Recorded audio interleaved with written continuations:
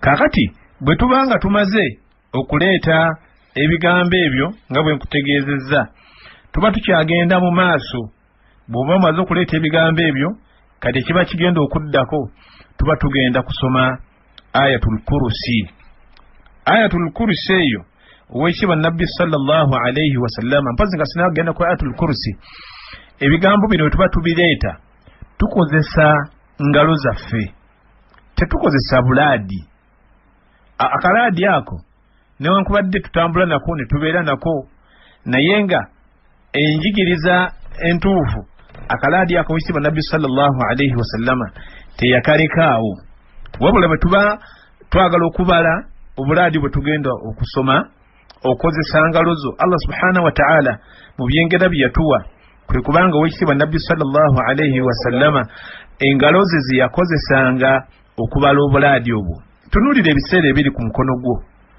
byennyini mu kubibala nga nabbi sallam bwe yayigiriza bye bikola emirundi egyo gyennyini gyayagala tubeere nga tusoma ebigambo ebyo teweemenya kukola ekyo nabbi sallallahu alayhi wasallama kyataakola ojja kubanga weekalubiririza bwereere hadithi ya Yasira radiyallahu anha qalat قال لنا رسول الله صلى الله عليه وسلم عليكن بالتسبيح والتهليل والتقديس وعقدنا بالأنامل أقامت فإنهن مسؤولات ومستنطقات صحابية يسيرة رضي الله عنها أقامت ويشب النبي صلى الله عليه وسلم يتقامب يتكوتلا natugamba nti alaykunna bitasbihi mbakutira muberenga muletanga tasbihi kikigambo subhanallah wattahlil ni la ilaha illa allah wattaqdis ne subuh qudus rabbul malaikati warruh ebigambo ebyo mubirete newe mubanga mubireta nga mubale emirundi gyabyo nga bwe mwagala okubisoma muberenga mubibazisa nenweza mmwe n'engalo zammwe kubanga fa innahunna mas'ulatun kubanga emikono gino gigenda kubuuzibwa wa mustantaqatu ate era nga nagyo gijja kwogera Allah subhanahu wa ta'ala wakugiwaliriza gibeere nga gyogera nga bwe yatugamba mu surati Yasini yagamba nti al-yawma nakhtimu ala afwahihim wa tukallimna aydihim وتشهد أرجلهم بما كانوا يكسبون نقول enkomerero Allah agamba tuliba lutuusi agenda kulagira emimwa gino abeerenga tegicha agizinzeeko aganti olwaleero emimwa gyammwe oba emimwa gyabwe tugenda kugisiba tugiteekeko siiru ng'omumwa tegusobola kwogera kubanga omuntu apalapalanya omuntu yakoze kirala ayogera kirala omuntu ali mu kifo kirala ate ayogera mu birala kati Allah subhanahu wa ta'ala wakuggala emimwa gino olwaje mulya twogeza emikono gyaffe gitandike okwogera amagulu gaffe gatandike okwogera kati emikono mwebyo gye bigenda okwogera mwe muli byonna omuntu byagikozesa naye omukono gwogenda okubazisa tasbihati zino tahmidati tahalilati takbirati kwegamba omukono ogenda kuguwa ebigambo ebirungi bye gugenda okubanga omukono gwo gukuwolereza nabyo maaso ga Allah subhanahu wa ta'ala so gwe teweesuulibwa nagamba bigambo bino tuba tubyogera nkyona agenda kubeera muwolereza olwoyawo kunaku lw'enkomerero kino kyetwogerako nabbi sallallahu kyeyagamba nti fa innahunna mas'ulatun emikono egyo gigenda kubuuzibwa wa mustantaqatu ate ng'era emikono egyo gijja kwogera biki bye gyakolanga so teweesuulire gwa nagamba nga twogera ebigambo bino gwe ng'oluusi olowooza nti oba oli awo tumala biki tumala biseera naam sheikh nga tugenda mu maaso ku kigambo kya adhikari ezo nga tugamba nti adhikari ezo tulina okuzisoma nga wekibwa nabbi sallallahu alaihi wasallama bwe yasomanga kubanga tetulina obujulizi bulaga nti nabbi sallallahu alaihi wasallama omwezi guno gwa Ramadhani ogwatuukanga yazikyusanga so tuzisome nga bwe zitambula zonna nga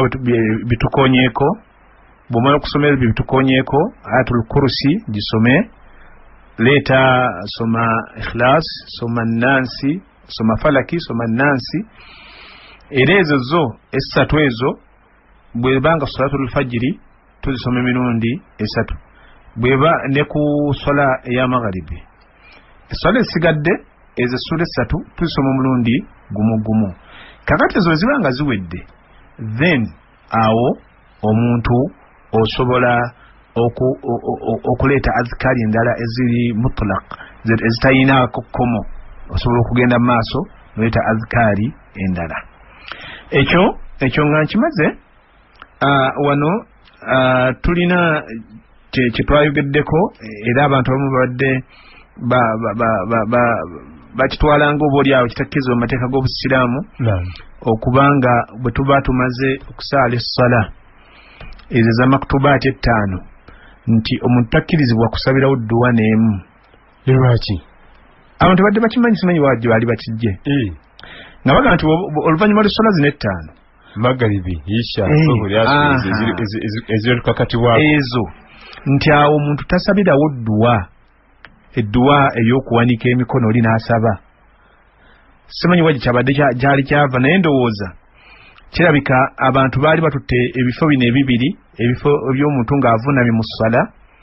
n'ekifo oba n'edduwa omuntu z'asaba nga tannaba kusaza salaamu tashahudul akhir ndowooza ne babitwalanga oba oliawo ebifo byokka omuntu mwateekeddwa okubanga asabira. Nze mmanyi we kivaawa kaakali abasomesa baffe batugamba wana batusomesa emizikiti gyaffe egya wano esswala zino 5 tosomera mu dduwa tuwanika mikono ng'ogimaze kibategeeza kiriwa salaamu alaikum warahmatullah salaamu alaikum warahmatullah nowanika emikono nti azikali ziri zifa kyekyo kye bagenderera era bagamba naye bw'omala zino azikali zino ozogedde awo kati wanika okoleki wanika osabe package ogimalayo kyebategeeza naye ndowooza oluusi ennyinnyonnyola abantu abamu kye baafunamu kugaanira ddala dduwa baada ssala ate era nange ekyo kye mbadde mmanyi nti ekitakkirizibwa imaamu bw'abanga yakasaza salaamu okugamba kale oluusi nga bwe tukireeta اللهم أنت السلام ومنك السلام تباركت يا ذا الكرام ربنا تقبل منا إنك أنت السميع العليم وتب علينا يا مولانا إنك أنت الرب الرحيم كغامبا netuva ku azikari ziri owisi wa Nabi sallallahu alaihi wasallam ziyayigiriza kwegamba ekyo oli akikola bwatyo ataba mutuufu kubanga dduwa gye tugenda okusaba erina kujja luvannyuma lwa azikari ezo nga bwe tuzoogedde era edduwa senga oleeta edduwa endala eyawukana kweza Nabi sallallahu alaihi wasallam yayogera nga azikari ziyite zinnaba oba oyawukanye ku nkola y'owekitiibwa Nabi Muhammad sallallahu alaihi wasallama era abamanyi bo kye bavumirira naga nti oluvannyuma lw'essala kitegeeza immediately tewaliiwo dduwa esabwa ng'oggyeko azikari ziri naye bw'obanga ozimaliriza azikari ng'owekitiibwa sallallahu bwazituyigiriza oli wa ddembe bw'obanga olina haja obwetaavu bwonna eri Allah subhanahu wa ta'ala okuwanika emikono gyo n'osaba Allah subhanahu wa ta'ala kasanga obanga ogoberedde amakubo amatuufu ate nkoze bulungi okumpa oba oliawo abantu bo kye baali bategeeza mu kigambo ekyo hadisi weeri etulagirira ku nsonga eyo eri mu Tirmidhi era hadisi ntuufu so bw'obanga ogoberedde amakubo amatuufu okusaba oluvannyuma lw'essala oluvannyuma lwa azikari ezo tekirina mutawaana gwonna so mu muzimu ku ezo bidai ezikolebwa mu mwezi guno ogwa Ramadan mwe muli enkola eyo gye tuwogeddeko naye tusaba ffenna tutereeze kubanga ffenna kye tugoberera kwe kubanga tufuna okusiimwa mu maaso ga Allah subhanahu wa ta'ala. Mu bidai za Ramadani simanyi mbadde sinaba kukiwulirako mu Ramadani eno ekya nniya ezaawamu ezo mizikiti baada at-tarawih simanyi oba kikyagenda mu maaso nga kikyaliyo oba ndekiraba nange nawe oyinza okuba nga gyekiri si gyosaalira naye okuleeta okunuuyirira oluvannyuma lwa tarawiihi nga tunuuyirira ku nnaku olw'enkya imaamu kwatunuuyiriza okwajjama ekyo nakyo kiri mu bintu ebizuule ebibeera mu mwezi guno ogwa ramadaani nti ekisookera ddala owamu n'okubanga bamanyi ensonga ezo baazoogerako okubanga omwezi ogwa ramadaani bwe gutuuka enniya gye tulina ffenna okusooka okuleetera ddala nti enniya yakusiba mwezi mulamba nnaku 29 oba nnaku 30 okujja nga waliwo ekiguddewo naye olwaleero teri muntu akugamba nti enkya ngenda kulya buli muntu amanyi nti olw'11 tulumaze enkya tugenda kulwa 10 tetussa mulimu guno gwa ibaada yakusiiba okujjako nga tumaze okusiba ennaku 29 bwe gaba nga geg'omwezi ogwo oba ennaku 30 so enniya y'okusiiba tugirina ya nnaku 30 era okunuuyirira kuno abamu kwe banuuyirira nawaitu ghadin an adai min yaumi shahr ramadani hadhihi sanata farada alaina lahi taala imana wa ihtisaba ngeno wetuddamu enkola eyo owekitiibwa nabbi sallallahu alaihi wasallama teyagikola ki teyagiyigiriza enniya z'emirimu gyonna egy'omu ddiini enniya ya mutima tetulina nniya gye tuwogera tetulina nniya ya mulimu mu ddiini gye tuwogera olaba neya hijja bwe muba mugenze mu hijja wali bwe tuba tugenze ku ihrami ekyo kye twogera labbaika allahumma hajja oba labbaika allahumma umra eyo si nniya ekyo nabbi sallam bwati bwe yakikola naye okumalirira ku mulimu gw'oba ogenza okukola obeera wagufuna ddaddadda era ng'ogulina era enniya z'emirimu gyonna gibeera mu mitima gyaffe oba mu kifuba omuntu obeera omanyi ki ekiddako n'olw'ensonga eyo olaba abantu abamu oli atuuka n'obutasiiba ng'agamba nti nze neerabidde okunuuyirira oli naalya emmere naga nti nze bwe neebase nadde manyingi kubanga abamu banuuyirira baada taraweehe kaakati abalala ate banuuyirira baada ddaaku nga bamaze okulya ddaaku ne baleeta enniya kati oluusi abantu abamu mu nkola gye kikyatambula oli bw'abanga talidde ddaaku agamba nze sagenda kusiiba saalese enniya kiro saalidde ddaaku so ekyo si kituufu omuntu tokkirizibwa kulya mu kisiibo olw'okubanga ogamba nti tewaleese enniya kubanga enniya tugirina egenda kutambulira ddala okutuuka ku nkomerero y'omwezi insha allahu taala mu bimu era ebya bidaayi bitukola ennyo mu mwezi guno ogwa ramadaani mwe muli edduwa z'abafu ez'ekikungo ezijja lusi zijja zitambula kati olunaku waliwo olunaku olusingira ddala abantu basinga okusomerako ennyo edduwa ez'abafu lwe lunaku olwa 27 abasinga obungi olunaku olwo baalumyusa nti luba lunaku lwa kusoma dduwa z'abafu kyenjagala okutegeeragane obusiraamu eddiini yaffe etukubiriza okusabira abo bonna abaafa naye mu ngeri yokka ow'ekitiibwa nabbi sallallahu alaihi wasallama gye yakola ki gye yayigiriza abantu abamu enkola eyo bo bagifuula nti enkola oba oli awo eteekeddwa okuba nti ekolebwa omuntu yafiirwa kitaawe yafiirwa nnyina n'agamba nti maama ffe tumusabira ku 27 Ramanzaani taata edduwa ye ya 27 Ramanzaani taata wo n'atambula omwaka mulamba ng'ali mu kabbuli nga gwe omwana we tomukoze eki tomusabidde olinda 27 Ramadaani maama wo yeetaaga edduwa zo gwe ogamba nti nze ninda 27 nsobole okusoma edduwa ya maama enkola eyo ereeta obugayaavu mu mitima gyaffe ng'abantu ekisooka nabbi sallallahu alaihi wasallama mu ramadaani eno teyawulamu lunaku lwe yagamba nti luno lunaku olulina okusomerwako edduwa z'abafu edduwa z'abafu tuzisoma omwaka gwonna mu ngeri ey'okukiba nabbi sallallahu alaihi wasallam gye yatuyigiriza. Sallallahu alaihi wasallam. Gwe togenda kujjamu lunaku lumu olyoka ogambe nti olwo olunaku olw'edduwa. Kiba kya nnaku nnyo. Tetuvumirira dduwa.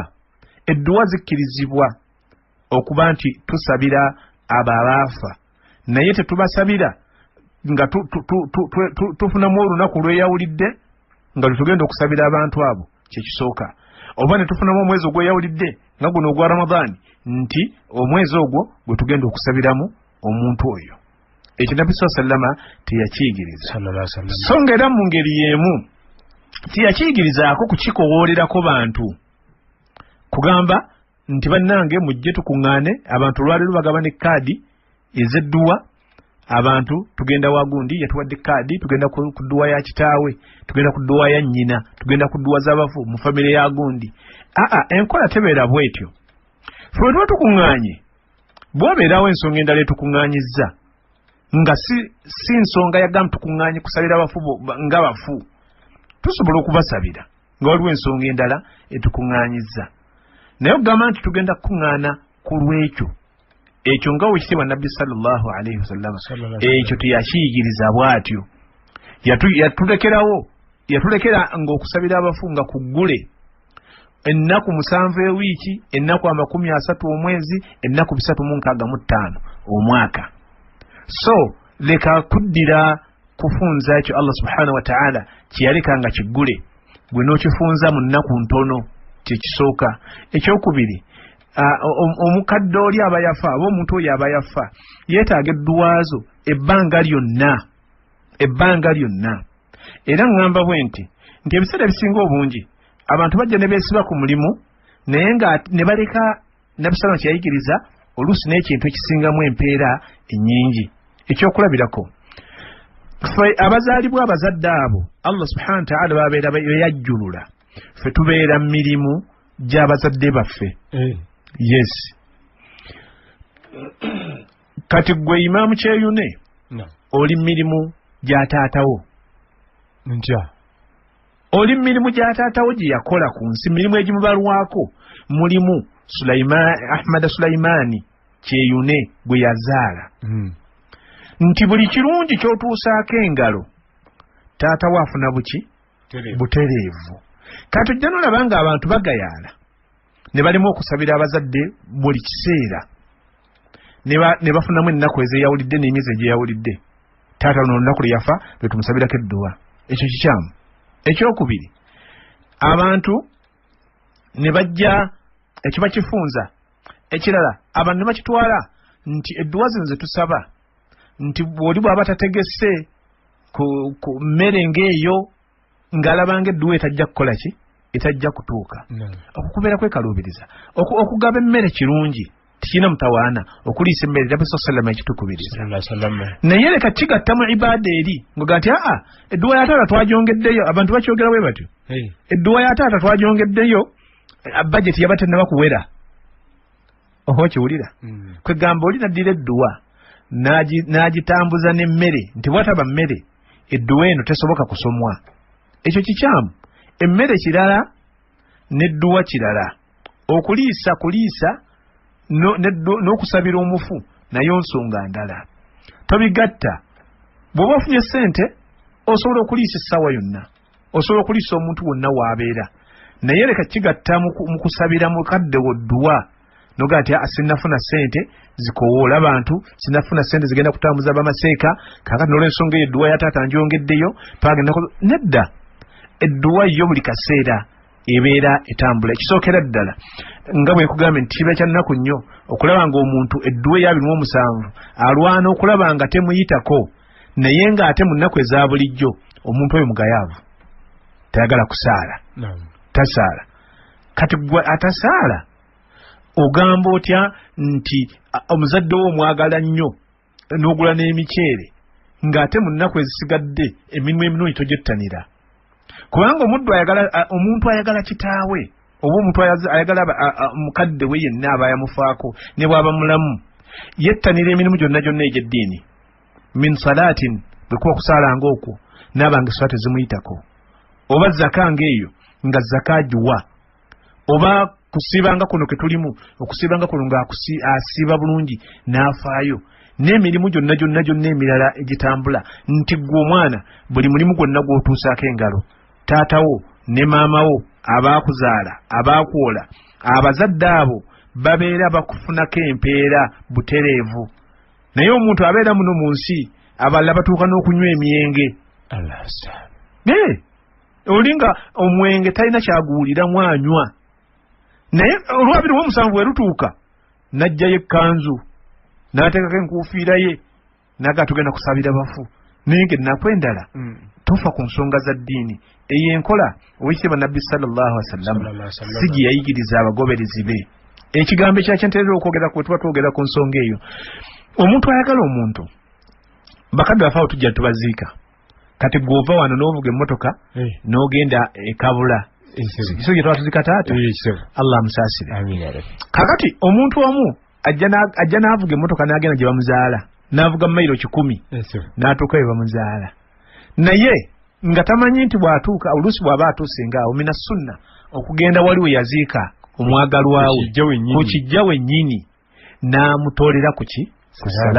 salaamu alaikum ahla ddiyaari min almu'miniina والمسلمين وإنا إن شاء الله بكم لاحقون نسأل الله لنا ولكم العافية ojja n'ategeka n'edduwa ng'agitegekedde n'amumaka ga kitaawe gennyini naye nga n'edduwa gy'amusabira ng'agenze wali ku kijja tagimanyi naye n'olaba ng'omuntu alafuubana nnyo agule omuceere agule ente naye nga ebintu bino ebya bulijjo ebyanguyiza omuntu ono yafa okufuna obulungi n'empeera ng'ate omuntu oyo bambi oluusi abigayaaliridde so nkugamba olwaleero gwali eyo ateekateeka alinda 27 oba alinde deeti yonna obeere nga kwosabira abafu nedda tebabasabira bwe batyo abafu kati wetwogerera beetaavu kiteeke mu birowoozo byo osobole okumanya ddi omufu wakufuniramu ebyo biseera byenkugambye bw'abanga taatawo bw'abanga maamawo bw'abanga alina kye yakola kubeerawo kusoma kwo buli lwokola omulimu omulungi omuntu oyo aba akufunako so wettanire emirimu egyo emirungi wettanire okugenda bw'oba ofunye akadde n'ogenda n'olambula ku ntaana zaabwe ate zikolereko ekyo kyokka namusallama kye yagamba togenda kusaba ntaana bw'amaanyi nnyo ate n'akola birala okitegedde nabbi sallallahu alaihi wasallama mu bintu bye yatugaana okuzimba ku ntaana n'okuziwandiikako kakati olaba omuntu nti oluusi tujja tukola ebyennyume ekifunyisa omuntu empeera eri Allah subhanahu wa ta'ala kwona omuntu gwe yafa butamuzimbako butamuwandiikako naye oli agenda n'azimba ku muntu n'azimba ku kijja kye n'akikuba sementi abalala batwala na ceramics tiles ne basibako abalala batwala tarazo ne basibako kikyamu obusiraamu bwakigaana ate oli n'atakomaawo n'awandiikako amannya gundi ono yazaalibwa nga ennaku z'omwezi bwe ziti n'ava ku nnaku z'omwezi bwe ziti fitina y'amaanyi olwaleero eri mu kubur ntambuddeko mu bifo bingi ebiziikibbwamu abantu abakulu abanene abaali ab'amaanyi mu ggwanga lino naye buli lw'otuukawo ku bijja ebyo ebiseera ebisinga obungi osangawo abafukamidde ababisaba fitina yaki y'amaanyi kyobalaba njagala nnyo okwebaza era Allah subhanahu wa ta'ala asaasire aluŋŋamye abaatukolera limbo zino ez'obusiraamu bw'otuuka olwaleero enkoowe kwegamba onoonya waziika omuntu wallahi nga tokyasobola kumanyaawo okujjukirawo baziika mu maaso baziika emabega baziika mu mbiriizi kati ogenda okutuuka kabbuli wagireka nga walekawo 4 osangawo 18 kituufu kwegamba tekuliiko seminti toyinza nakumanya nti omuntu wange ali wali ekisooka amalaala ago abantu bagakolerako ebintu bingi abaagala okuloga bagayoolako ettaka akatiibwa ogattako naabo bagakolerako shiriki oli n'agenda n'afukamira ku malaalo abantu bagenda ku malaalo ago ne basaba abafu ekintu obusiraamu kye bwagaanira ddala abafu buli omuwandiikako oli n'amanya nti ono jjajja gundi yali musajja mugagga omuntu kagamba akangende wa jjajja oyo musabe obugagga jjajja nyamba obwavu bunzita nange njagala kugaggawala kuguwakola otya okugaggawala naffe tuyambe oli yafadda omusabi abugagga eyali ow'amagezi ennyo nga yasoma nnyo abantu bagendayo okumusaba babeere bagezi eyali munnabyabufuzi omukuukutivu era abantu bagendayo ku ntaana zaabwe asobole okubayambako mu byobufuzi bino byona bye bitambula oba kwero siki oba bwa pulezidenti oba bwaki abantu bagenda ne ku ntaana ezo ne basaba abantu abo abaafa naye enkola eyo si ya busiraamu obusiraamu enkola eyo bugivumirira era tebugyagalira ddala so tubeere nga tumanya abaafa ffe ng'abalamu batwagalamu ki batwagalamu kubayisa bulungi batwagala tubasabire Allah subhanahu wa ta'ala mu buli kiseera kyeva olusi ngamba nti ekisookera ddala gwe bw'obanga oli mulamu saba Allah subhanahu wa ta'ala akuteeke mina salihina mu bantu abaki abalongoofu kyoba osooka okulwanirira ennyo kubanga bw'oba otunuulidde enjigiza y'obusiraamu bimu oba mu biseera ebisabirwamu abantu ababeera bafudde kasa Allah akusaasira n'oyingira basalihina oba omaze lwaki bwe tubeera mu ssala teri muntu asaza salaamu okuggyako nga aba alina okukusabira oba yali akumanyi oba yali takumanyi oba muzungu oba muddugavu aba alina okukusabira assalaamu alayna wa ala ibadillahi salihin golooza abantu bameka abasaala mu nsi yonna basufu buli swala ya buli muntu yenna Allah bw'akusaasira n'ogamba salihina bibba buli muntu agenda okusaala tajja kusaza salaamu okuggyako ng'akusabidde so faayo nnyo ku kulongoosa kwo obeere omulongoosa Allah gw'agenda okukkiriza emirimu gye ebisigadde Allah subhanahu wa ta'ala agenda kubikutambuliza teri agenda kusaza salaamu ng'asaala swala oba ya farad oba ya sunna okuggyako alina emirembe gy'alina okukuweereza assalaamu alayna wa ala ibadillahi salihin ekyo kimu ekyokubiri mu mbeera efaananako bwetyo gwe olwaleero eyazaalibwa ng'oyagala nnyo bakadde bo abantu abo bakolera emirimu egirwawo ng'abantu babeere nga bafunamu empeera nnyingi kola ekigwanidde twogedde ku kyokuzimba nga nabbi sallam bwe yakigaana ekyokuzimba ku ntaana naye laba obuswavu bwe tubeerako eyo gye tuzaalibwa ssebo eriyo emizikiti eriyo amasomero nga seminti yaggwamu dda omuzikiti tegulina seminti omuzikiti amabaati gakola ki gakutukadde omuzikiti gutonnya naye omuntu akwata seminti mu kimu ky'okugenda okukola omuzikiti ogwo ogw'okukyalo ogwo abantu basaale kitaawe nnyina afune empeera z'abasaala n'akwata seminti n'amukkiriza emmanga ku bijja okitegedde kyennaku nnyo ku kyalo kuliko amasomero aga Kulaani ageetaaga okuzimba owulidde omuzikiti gwammwe seminti eyabambuka dda yaggwamu dda gwe n'okwata tiles n'okwata tarazo n'okwata seminti n'ovuga n'oyita ku muzikiti n'okkirira emmanga ku bijja n'oteeka eyo so nga senga obadde omulimu guno ng'obadde ogubaze bulungi gwe noonya owali omuzikiti ogwetaaga okuddaabiriza gulwa amabaati sereka omuzikiti ogwo funa seminti sereka baddaabiriza omuzikiti gulimu misaala teekamu emisaala empeera abantu bagenda abagenda okusaalira mu muzikiti ogwo abaana abagenda okusomera mu ssomero eryo empeera zonna mukaddewo agenda kuzifuna butereevu naye gwe ogenze n'okola ekikolwa owekitiibwa nabbi sallama kye yagaana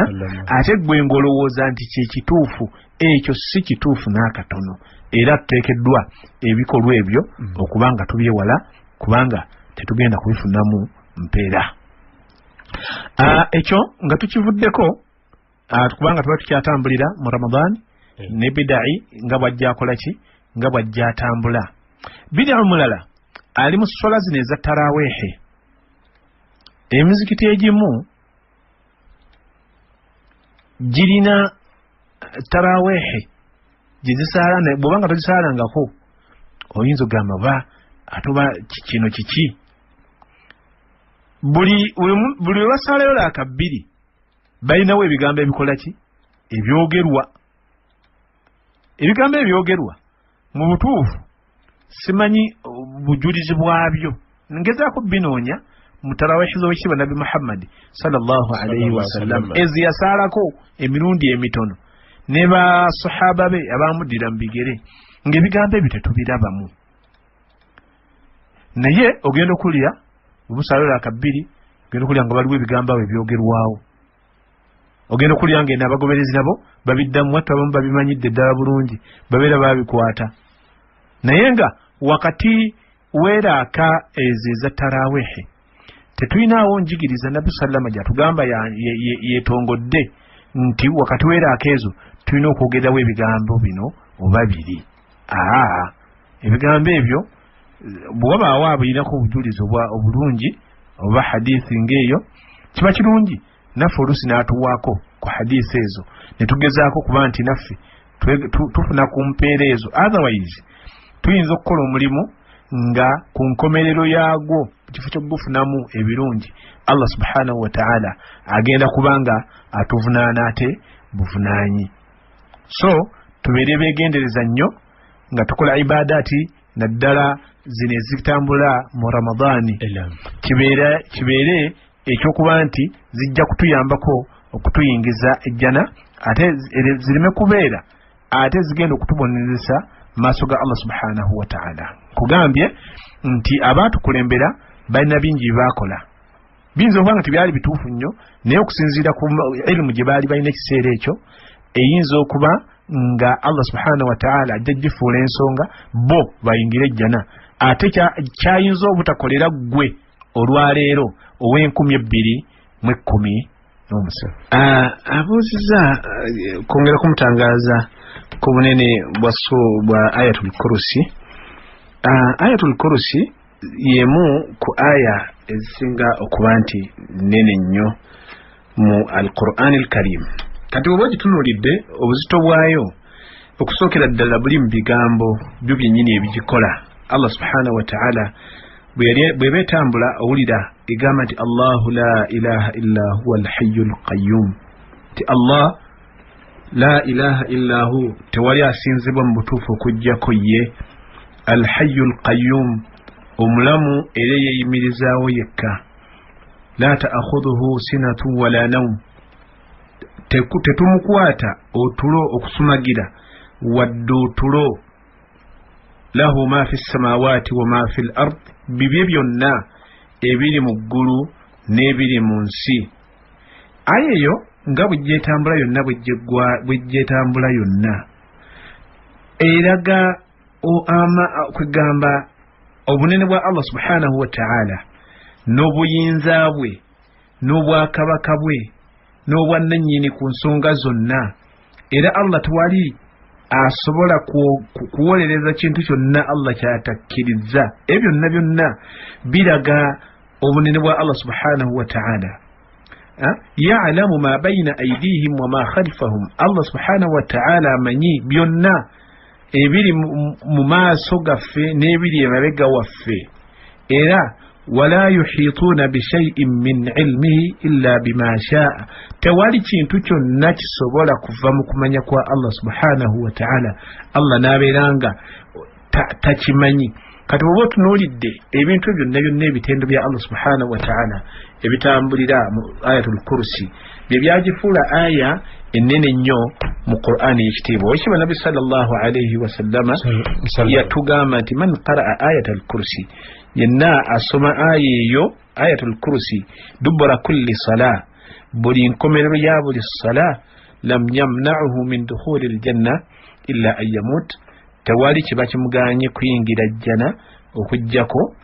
kubanga tannaba kufa kyekyokka kati ebyo byokka nabbi sallam byajogerako oba kyokka nabbi sallam kyajogerako tizezimu ku shortcut ate wali nabadde neerabidde ekigambo kazibere swale za bulijjo abalimu olwaleero tulina ensobi ze tukola bwe tubanga ddala obutuba oluusi tumaze essala twakyogedde kuba twogera ku Ramadan in particular naye ate ne mu ssala eza bulijjo nga si Ramadan waliwo obuzibu obuliwo bw'amaanyi nnyo obujja naddala mu mizikiti. Ekisookera ddala bwe tusaza salaamu bwe tuti mu ssala eza bulijjo emizikiti egimu mulimu Allah subhanahu wa ta'ala gyeyawa ng'abantu batuula wansi dakiika nga 2-3 ne baleeta azikaali ezo. Oluvannyuma imaamu n'alyoka akola ki? N'alyoka asituka. Ate kisinga okubanga kituufu twali badde tusoma azikaali ezo mu ddakiika wakati w'3 ne 5. Naye olw'okuba oluusi ebizibu bijja nti oluusi fegenya oluusi abaza okusaala tulina ebizibu ate oluusi ne kyetujja okukola oluusi nga tetukimanyi buki bulungi tukimajjana. Kandi Nabi sallallahu alayhi wa sallam akugambye nti tewali kigaana kuyingira jjana ng'osomye Ayatul Kursi oluvannyuma lw'essala okuggyako nsonga nti tonnaba kufa. Kakati olaba nti emizikiti egimu ensobi zibeera ziva sayidi zombi, sayidi ey'abawalimu nga ffe ne sayidi ey'abagoberezi. Ffe otumala ssala bwe tubipa ng'oyimukirawo nga tudda mu kusaba ki? Tudda mu kusaba ssente. Butazibasaba kati mujja kugenda ate nga tunazibasaba. Kati gwe anti kati abantu obwongo bwabwe obukyusizza. Omuntu abadde alina nga twasomye azikaali zero okuva mu ntandikwa. Omuntu yeetaaga obudde obwo kubanga ebirungi bya azikaali ezo owekitiibwa Nabbi sallallahu alaihi wasallam bwe yali azoogerako yagaa nti obulungi obuzirimu bungi nnyo era teri muntu asobola kufuna bulungi bwazo okuggyako mpozi ng'akoze ekyo kyennyini oyo kyaba akoze. Kaakati gwe buli lwoyimuka n'osabirawo ssente speed bambi obwongo bw'abantu olwokuba obwongo bwo tebwakola buli muntu lw'oba oyogera ali aba alina okuwulira n'okutegeera ky'ogamba obwongo bukyankalana omuntu era azikaali ebiseera singa obungi tetuzikola ki tetuzimalaayo tusomako katono ne tuwuliza imaamu kyagamba. So ekyandibadde ekituufu singa tubadde mu kutendekebwa okulungi okwannamaddala mu adabul masajid nti mu mpisa z'omuzikiti bwe tumala okusaza salaamu imaamu aba alina otuwa akadde nesooka ntuleta azikaali ezo. Ekyokubiri naffe ng'abasaaze tulina okufuna ate naffe adabu. Sigamba nti olw'okuba imaamu akuwadde akadde n'olw'ensonga eyo talina kyagenda kugamba gwe ofulume bufulumi misinde. Kati awava obuzibu ye imaamu naga nti abantu bajja kunzirukako bw'amala okusaza salaamu eyokubiri ebula kumusanga ng'ayimiridde ekitali kituufu. So ffenna senga tuba tukuuma adabu ezo imaamu naawe abasaaze akadde akayingira ejjana nga nafsala bwatukoze eki bwatugambye kubanga omuntu wakati w'esswala we tufiira whichever wakati w'esswala we tukola ki we tufiira. Niyo olaba bw'ogenda okufa ng'esswala gye wasembyeyo okusaala tewasomye Ayatul Kursi kubanga imaamu yabadde asaba ssente. Ate naawe olaba bw'ogenda okufa nga tewasomye Ayatul Kursi kubanga wadduse emisinde mu muzikiti ng'otya imaamu kusaba ssente. Kwegamba buli muntu akole olubimbi lwe imaamu awe abasaaza akadde basobole okusoma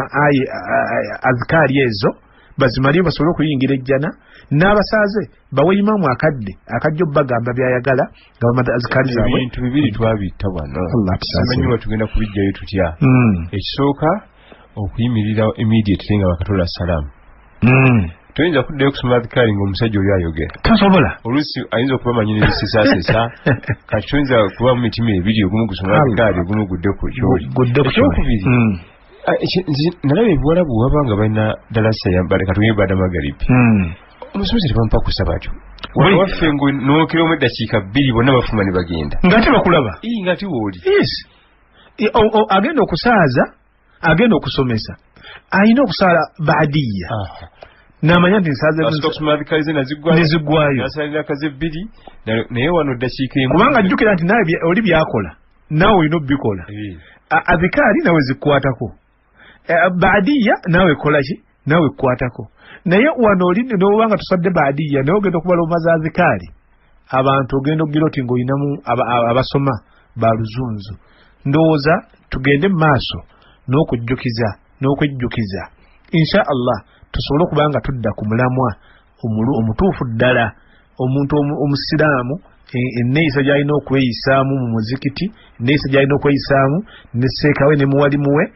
tusobole okubanga omuwalimu naye afuna akadde akogerako eri abantu ate naffe ng'abawalimu naffe era waliwo olusi bye tusuula waliwo abawalimu abamu abalemera ennyo ku bantu oli naga sikkiriza muntu yenna wano kufuluma nasimani aya fine ne aya yini bwoba ogisomye ekulaga nti abantu abamu okkizibwa okubakola ki okubata ekyokubiri bwe kiba nga kiguddewo bugwi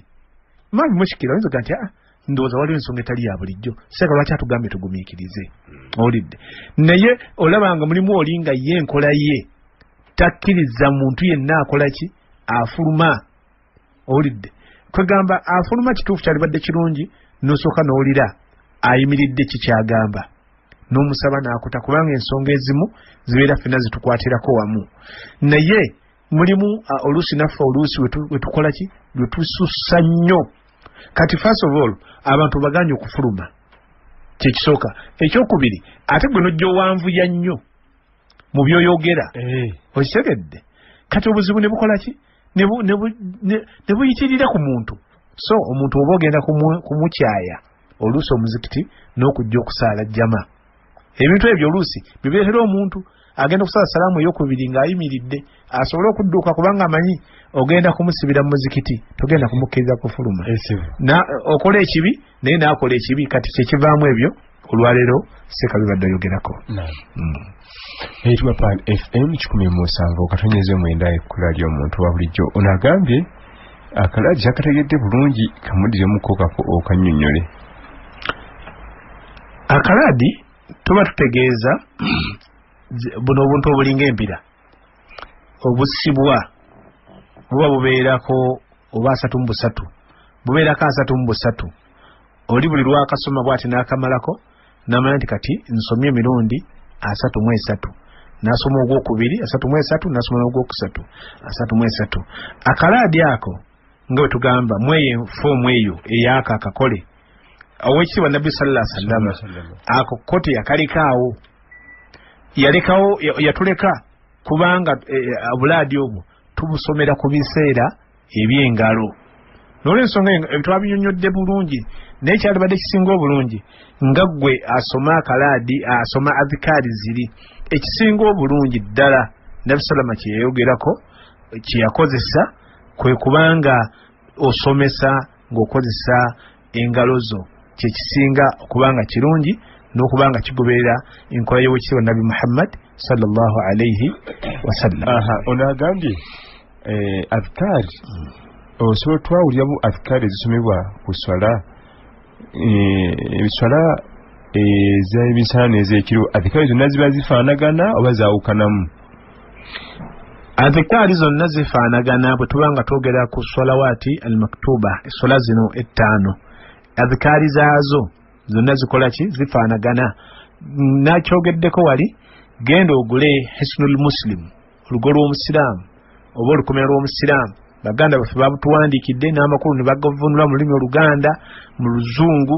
genda osome ekitabo ekyo kirimu ilimu y'amaanyi nnyo ekwata ku adiya ez'ebifo ebyenjawulo ez'ebiseera ebyenjawulo ne adiya eziri open omuntu osobola okusomera wonna woba okoze ki woba oyagalidde ekitabo ekyo hisnul muslim kitabo kitono mu ndabika naye kirimu ejjana y'omuntu senga omuntu yaba akyekutteko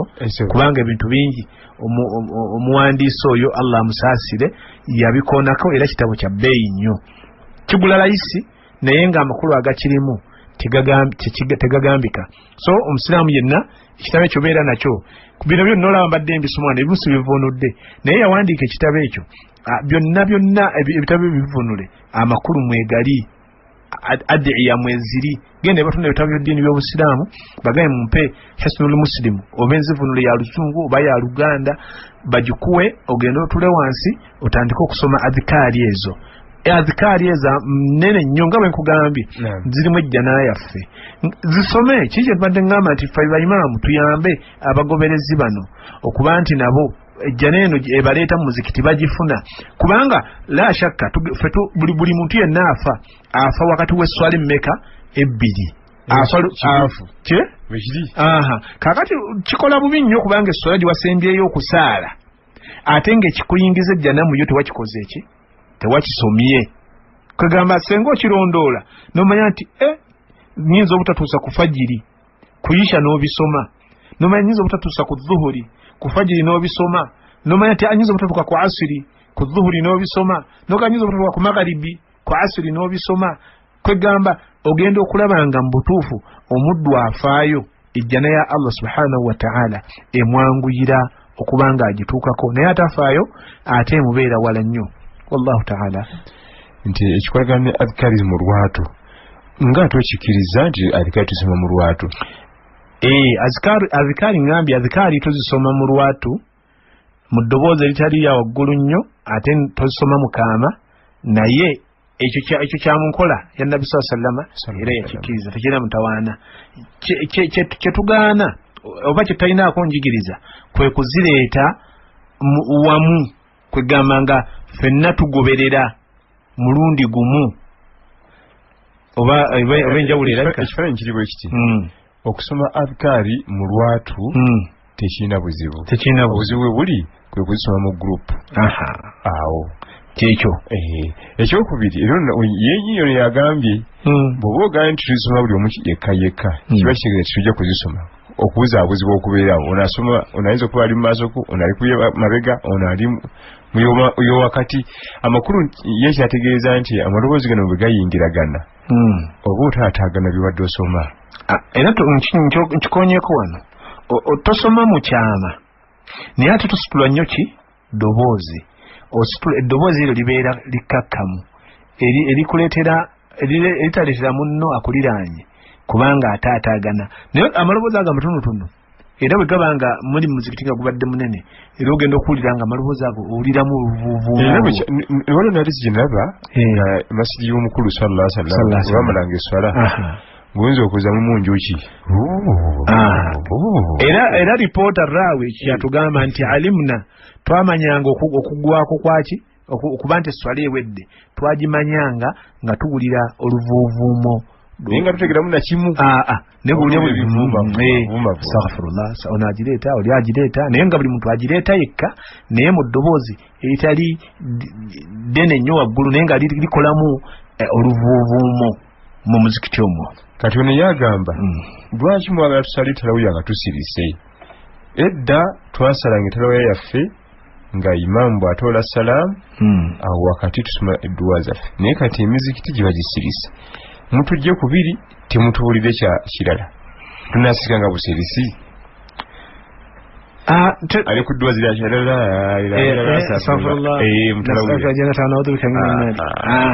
tetubajja ku dduwa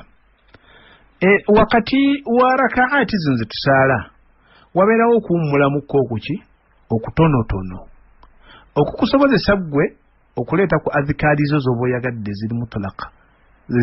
kwegamba kyetegeeza mutulaka sigamba nti zikiri emu gy'olina okuleeterawo oyinza subhanallah alhamdulillah la ilaha illallah akbar mu ngeri eyagundi la hawla wala quwwata illa billah subhanallahi alazim subhanallahi bihamdihi subhanallahi alazim naye nga sigamba nti buli kaseera ojja kuleeta eyo oba mujja kugireeta mu lwatu nga kiringa ekyetteeka ne wakati walaako ezo omuntu asobola okuwummuliramuko akadakiika n'aleetamu adhikaari z'abayagadde naye nga ekyogamba nti ebeera yankalakkalira nga yeyo gy'oleeta mu ngeri bwetyo oba nga wetuzeeta mu jjamasirike olinakwogera buli kaseera ne bwoba osirise tekirina mutawaana mu kusirika oluusi mulimu empeera ng'osobola okusirika n'ofuna empeera okusinga akoze eki ate ayogedde nakyo kituufu PAL FM 107.9 ekkola y'omuntu wa bulijjo edakika zinibulanga 13:12 tugende mu ssaawa 8 ku ssaawa 8 tukyako tuva ku mpewo biirinihita barakubataala tugenda mu maaso gwe munaffe tulina Sheikh Ismail Anjuki wano mu studios eza PAL FM ono yadda era ali ku kyatalawuya kyekimu ne tumaze okukikonako ekya edduwa ezo zimuluma kaagati ono ye n'agamba edduwa ezo zo teziriiyo ashhadu la ilaha illallah astaghfirullah gyezirizo nga zo era bwe ziba gyeziri lwaki muzitugaana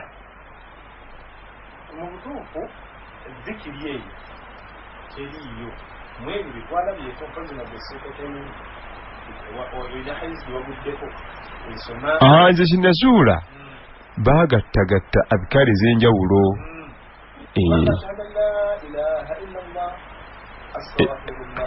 kati ezo bagase bbiri eyemu eri yokka naye eri yokka kati bazigasse eyo dduwa eri yokka naye bagigasse kuli baagatta ebintu bye nga bw'ogatta dhuhuri nasiri ne isha n'ozigatta wamu naye ng'ate wamu n'okubanga bazigasse tulinaako kubanga olenzi ozigatta nagati amahadithi emu nakusaba yagamba tukisome kisome kino eyokubiri nagamba tusome ekyokubiri tewali teriyo ebyogera ate n'ekigambo kyennyini niwolwa kugamba ekigambo allahumma innaka afuwu alafwa fa'fu anni nabbi sala sallama yakyogerako ki yagamba tukyogere ddi kubanga nabbi saa sallama yali akatiriza obukulu bwa laylatul qadiri mama aisha radiallahu anha weyamukola ki weyamugambira naga nti araita olabirute ya rasulallah nga ngwikiriza ekiro kya laylatul qadiri kiki kyemba nkyogereramu nalyoka mugamba nti kuli allahumma innaka afuwun tuhibbu lafwa fa'fu anni ekyo kakati osobola okugamba nti alafu dhikiri eyo nabi sallama gyeyagamba mama aisha radiallahu anha okujogera mu laylatul qadiri eddane mu biro bino ebirala oba yeyawulira laylatul qadiri nabi sallama yagimuyigiriza kugireeta mu laylatul qadiri mu biro ebisubirwamu ki laylatul qadiri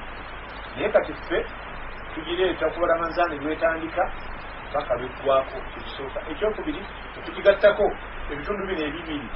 ashhadu an la ilaha illa allah astaghfirullah as'aluka aljannata wa a'udhu bika minan nar kugamba ebitundu bino bisatu byonna tebirina hadisi eyogerako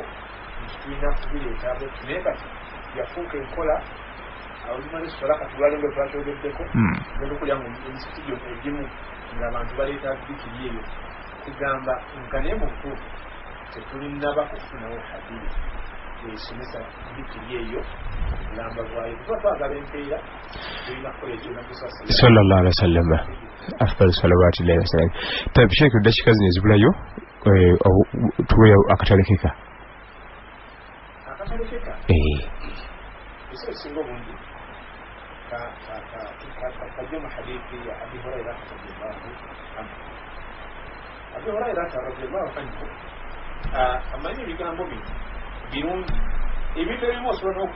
n'okwetiikinga n'omanya bikiggwe kiki okoze tekigende kukola hadithi ya abi hurairata radiallahu anhu ye yali ayogera ekigambo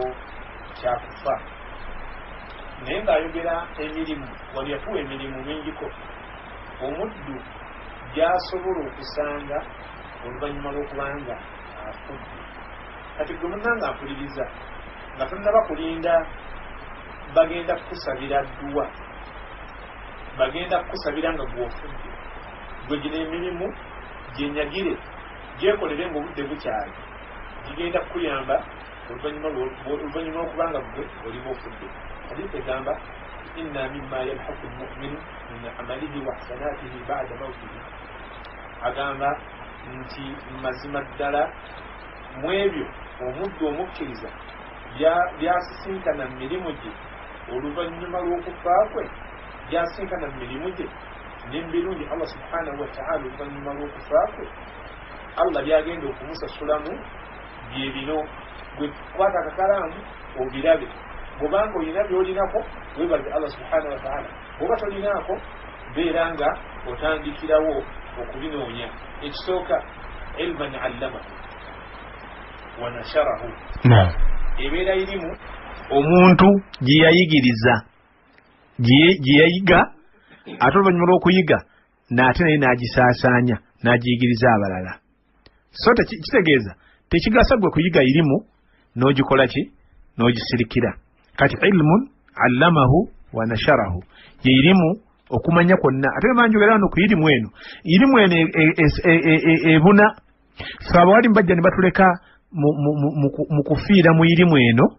abantu abasoma irimu endala ezaabwe bo ne balaba ng'ezitali irimu Allah zaayogerako kyobalaba nga oli wajja mu muzikiti gwe n'omuwa ilmu agamba gwe takuwa consultation agamba bino byani ebya Allah bya busiraamu fine bwekiti bwe kiri bya busiraamu naye gwe naawe eyagenda n'osoma engineering n'ogenda n'osoma obusawo n'ogenda n'osoma musomo ki gwe wasoma gwonna mulimu emisomo gy'osobola okugyamu n'ojja n'ogitegeeza abasiraamu ne bagiganyulwamu wagenda n'osoma ebyobusawo ebikwata ku bulamu bw'abantu gwe togamba nti anze ate bwe nabuli eno abantu mu muzikiti ate tebajja kujja eri kumpa sente za consultation nedda naawe eyasoma ebintu kyonna kyewasoma nga mulimu paati muyo gy'olaba nga abantu bateekeddwa okugimanya ebigenda bagasa oteekeddwa okujja ewa imamu nomuga nti wange abasiraamu badde njagala kubajjukiza ku bikwata ku buyonjo okusenya amannyo mu nkola ey'ekisawo okuvuga obulungi emmotoka mu nkola ey'obuvunaanyizibwa nga nze yasoma eby'emmotoka byonna ebyo muyirimu bikola ki bitambuliramu ekyokubiri wawaladan salihan tarakahu ekyokubiri agamba abeera mwana mulongoofu gw'obawaleka kati gwe tunulamu olabe twakyogeddeko mu baana bo oyinamu gw'olaba nga ddala omwana oyo alimu empeke nti wonooba omulese ajja kusigala ku mulamwa ekyo kyakubiri ekyokusatu wa mushafan warathahu gubeera mushafu gw'obeera osikizza abantu abalala tukyogeddeko ozimbyeyo essomero erisomesa Kulaane oyina omwana gw'oweeredde asoma Kulaane mushafan warathahu ekyo kyakusatu ekyokuna au masjidan banaahu oba gubeera muzikiti omuntu gwabeera yakola ki gwobeera waleka ng'ozimbye tukyogeddeko njagala ombuuliremu njagala mmaleewo enaamalira hadisi eno njagala ondage nabbi saa sallam akugambira nti genda kale ozimbe entaana nti ogenda kugifunamu akugambye irimu gye wasoma n'ogisaasaanya owokubiri waladan salihan taraka abeera mwana omulongoofu gwobeera olese agamba ekyokusatu mushafan waratha gubeera mushafu Kulaane gy'oba olese ng'ogisikizza n'ogamba abaana bano kabasome Kulaane w'ogenda okufiira nga waliwo abaana abasomye Kulaane ng'eyita ku mukono gwo ekyokuna au masjidan banaahu oba omuzikiti gw'oba ofudde ng'olese oguzimbye au baitan libini sabiri banaahu oba ennyumba ey'abatambuze ey'abakateeyamba gy'oleka ng'ozimbye au naharan ajra oba omugga gw'oleka otemye amazzi oluzzi lwoleka ozimbye oluzzi lwoleka osimidde abantu kwegamba oba au sadaqatan akhrajaha min maalihi fi sihhatihi wa hayatihi oba saddaaka gy'ofa woofiira nga omaze ogijja mu maali yo nga ogijjeemu ng'okyali mulamu nabbi saa sallama yali amaliza haditha yagamba yalhaquhu min ba'di mautihi ebintu ebyo omuntu bw'afa ebintu ebyo abisisinkana kakati kiri erifa olwaleero okutunulamu n'olaba ku bintu ebyo wekiba nabbi saa sallama byayogerako okulaba ng'oba waliwo ky'olinako osobole okuba nga okinyweza bw'oba tolinaako tandika tolemera ku kifu tambuza ekituufu ojja naawe kweyagala insha allahu taala biidhnillahi taala njagala okutumira abantu bange mwenna abadde bampuliriza kubanga buli abadde ampuliriza abadde muntu wange era bino byenkujjukizza bwe mbanga mulimu ddala by'owuliranga wandyetaaze okubikolerako bikyuse tusobole okubanga tugenda mu maaso kubanga nga bwetugambye wali ilman allamahu wa nasharahu naffe bino ebituli ku mitwe tugezaako okulaba nga tubijjako tubiteeke tubiwe abantu abaki abalala oli aleme kugamba nti ebintu oli yafa nabyo byonna nedda naawe byenjigiriza naawe okyasobola okubiwa omuntu omulala ebyo irimu nabbi salama gyayogerako olina kyewawulidde nga basomesako paal bw'obanga wakiwulidde genda okitegeeza omuntu omuki omulala mu ekyo kyewawulidde ekyo kimanyi kitegeeza omuntu omulala gwenyini kikolereko okitegeeze n'omuntu omulala ojja kubanga ogobolola ate n'omuntu oli aba yakyogedde naye ajja kubanga ayongera okuba nti agobolola. Mbebazizza mwenna mwebale nnyo abasiraamu bange ab'oku Hidaaya Kibuye mwebale okubanga muwuliriza abasiraamu ab'oku Siddiiki Masjidi Siddiiki bwe bakyayira kinaye zinza kufunza nsolo okudduka ewaffe ekinsibuka kituufu so mwantume emirimu mingiko nenkwataganya gonna gwe nesinza kudduka tosobola kudduka. Barakallahu fikum. N'olwensonga eyo katwagalize abantu Ramadani nnungi so Allah subhanahu wa ta'ala Ramadani nagikkirize tubeere nga tugigobololamu nga Nabbi sallallahu alaihi wasallam byetusuubiza. Subhanakallahumma bihamdik ashhadu an la ilaha illa anta astaghfiruka wa atubu ilayka. Sheikh Kyeyune Allah naawe akuwa empeera okuba nti omulimu guno nange wantadde ku lisiti y'abantu abagenda okujjukiza abantu ku lunaku luno biidhnillahi ta'ala. Wassalamu alaikum wa rahmatullahi wa barakatuh. Wa alaikum assalam wa rahmatullahi wa barakatuhu. Ekiro kyaffe bwekityo wekitambudde ekyaleero ne Sheikh Ismaila Abubakar Njoki yatuttemu okuviirira ku ssaawa 6 eziyiseemu mpaka ssaawa 8 wano wetugenda okukomya gwe munnaffe inshallah tugasime bye tuyize tubisse mu nkola ate era bitulabikeko biidhnihi tabaraka wa taala kubanga yirimu emirana kyosoma kyossa mu nkola kyosoma kyossa mu nkola.